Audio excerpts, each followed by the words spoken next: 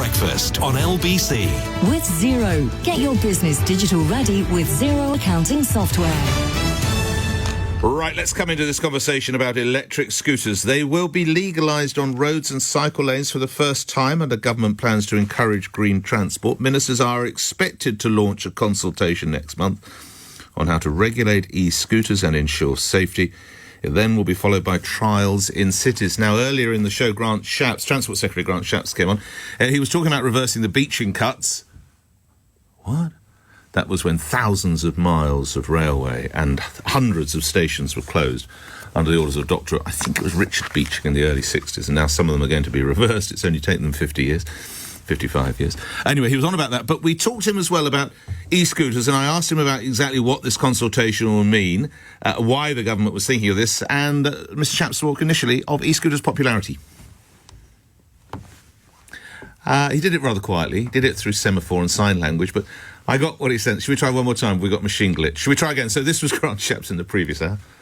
I think not just e-scooters, but lots of different sort of modern forms of mobility. So electric in lots of different forms, for example, are things that are coming along. And if you travel in other cities, you'll see these being quite widely used. My concern is if you point to San Francisco and Paris, they have wider roads, of course. Exactly. And also, I've been to cities, Barcelona used them, mm-hmm. Tel Aviv, where they were just littered all over the place. We need to, whatever we do and however we do it in such a way that, if you are, perhaps your eyesight isn't so good, you're not tripping over these things. So I think the answer will be a sort of controlled approach to this, and we'll be saying more about it shortly. There's a lot to come from Grant Shapps. HS2, the future of Northern Rail, and, of course, these e-scooters.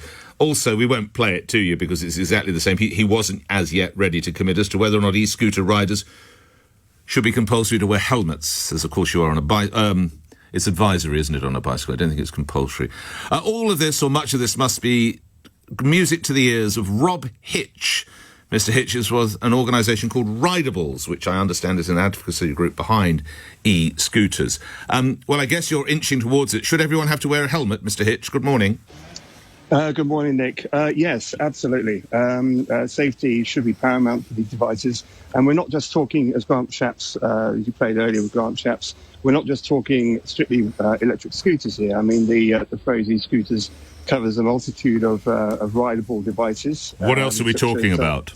Oh, well, we could be talking about electric unicycles, which are gaining popularity. An electric unicycle? Correct. How the floppin' does that work? Well, electric skateboard I can get my head around. I think I've got that. Yep. An electric a unicycle?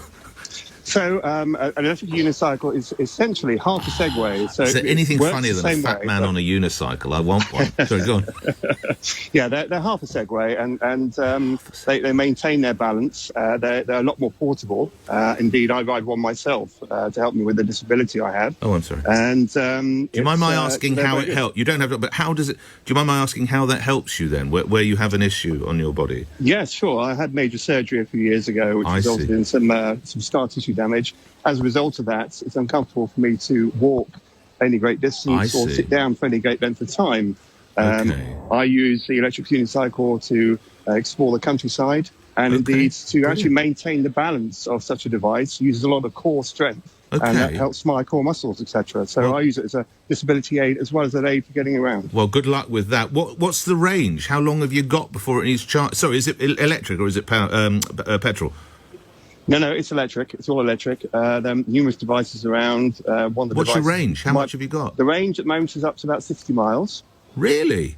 Mm-hmm. And very, very useful. I can take it on the train, in a taxi, and of course it's environmentally friendly. So here's the thing. I've no idea whether you live in or around or visit London. If you're in London at a certain time, typically the morning rush, although I don't see it because I'm on the radio, but certainly if I'm around 3, 4, 5 in the afternoon, the roads are mighty busy. You've got cars, you've got buses, you've got trucks, you've got taxis, you've got bicycles, you've even got rickshaws. Have we really got room for e-scooters, Mr. Hitch?